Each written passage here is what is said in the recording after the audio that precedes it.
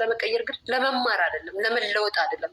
በአቋራጭ የሴትነትነትሽን ነገር አሳልፈሽ መስጠት ነው። ሚዲያ ላይ አንቺ ትክክል ስለሆንሽ ማለት ነው። አንቺን የሚደግፉ ሰዎች ትክክል ስለሆኑ፣ አንቺ ብዙ ደጋፊ ስላለሽ።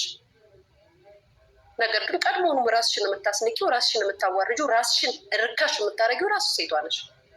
ውድ ሁነሽ ተገኝተሽ አታውቂ። ስፔሻሊ የዚህ ዘመን ሴቶች፣ ሚዲያ ላይ የምትመጡ ሴቶች፣ መብቴ ነው ቀለመሬ ግርጥጥ የምትሉ ሴቶች፣ ለመወደድ እኮ ውድ መሆን አለብሽ። መጀመሪያ ራስሽን በጣም ማስወደድ አለብሽ። ራስሽን በጣም ማክበር አለብሽ። ለመመጻደቅም ማለት ነው። እውነታው ትክክለኛ ምንድን የወንድምሽ ሚስት ምክር ነው ወይንስ የወንድምሽ ሚስት እዚያ?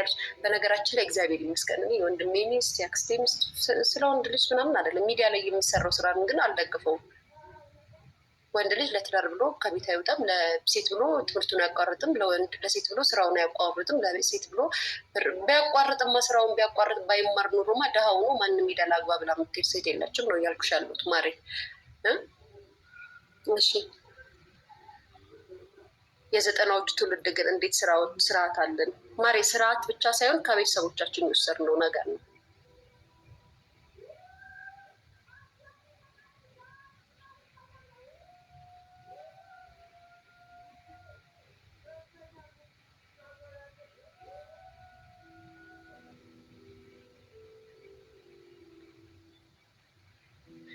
በነገራችን ላይ መብት ስለ ሴት ልጅ መብት ተሟጋች እና ተከራካሪ ስለነሱ እንትን እየተከራከርኩ አይደለም። በነገራችን ላይ የሴት ልጅ መብት መከራከር፣ የሴት ልጅ መብት ቁሞ የሚከራከሩ ሴቶችን ከማንም በላይ አከብራለሁ፣ አደንቃለሁ።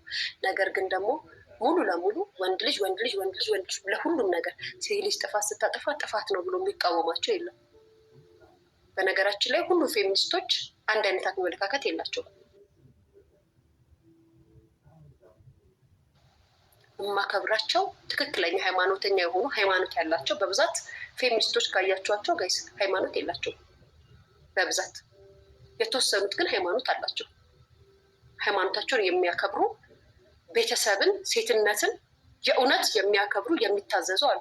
በዛው ልክ ደግሞ እንደዚህ ያሉ ሴቶች አሉ። ሃይማኖት የሌላቸው የራሳቸው የሆነ ሃይማኖት ያላቸው በጣም ሴትነትን በጣም እዛ ላይ ሰቅለው ለአንቺ መብት እንደሚከራከሩ አድርገው የራሳቸውን ዓላማ የሚያሳኩ ሴቶች አሉ እንጂ እኔ የፌሚኒስትም ተቋሚ አይደለሁም። የፌሚኒስት ደጋፊ ነኝ።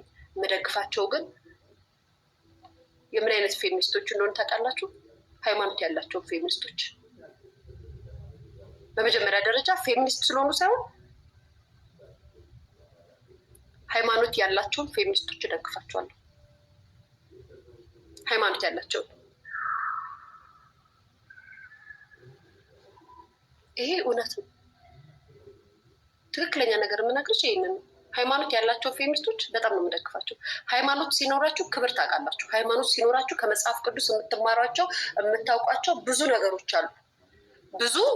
ብዙ ነገሮች። ሀቅ እንነጋገር ከተባለ ፈራ እግዚአብሔርን የምታከብር ሴት ትሆናለች። ሃይማኖት ከሌለሽ ግን በዘፈቀደ እንደ ልብሽ ነው የምታወሪው። ስለ ሴት መብት የሚከራከሩትን ሴቶች እንደዚህ ኖ ስለ መብት የምትከራከረውን ሴት አውቃታለሁ እኮ ምን አይነት ሴት እንደሆነች። የኔን መብት ለማጥፋት እኔን ትገደል ያለች ሴት ግን ለእኔ መብት አትከራከርም። ሴትን ትደግፋለች ብዬ አልደግፍሽም። አንቺ ልትደግፊያት ትችያለሽ፣ አንቺ ልትቀበያት ትችያለሽ፣ አንቺ ልታበረታቻት ትችያለሽ። እኔ ላይ ጦር የመዘዘችን ሴት ናት ብዬ ልደግፍልሽ አልችልም እንዴ። እኔም ሴት ነኛ ማሬ። እኔስ እዚህ ጋር ትንዘላዘላለች ብዬ የምናገራት ሴት እኮ ሴት ናት። ማድረግ ያለባትን እየነገርኳት ነው። እኔ አሁን እየነገርኳት ነው ማድረግ ያለባት። ወንድ ልጅ ሲጠራት ነገርኳችሁ። ቁጭ ብለው ላይቭ ላይ ቲክቶክ ላይ ያየናቸው እኔ ምሳ የትም ሳያውቃት እኔ ምሳ ልጋብዝሽ ሲላት መጣው ቤት ነኝ ብላ ላይቭ ላይ ተነጋግራ የምትሄድን ሴት አክብሪያት ትይኛለሽ። በምንድን ነው እሷን ማከብራት? ሴትነትሽን ሳታከብሪ፣ ሴትነትሽን ራስሽ ሳታከብሪው እንዴት ወንዶች አንቺን ሊያከብሩሽ ይችላሉ? እንዴት ለአንቺ ሊንበረከኩ ይችላሉ ብዬ እነግርሻለሁ።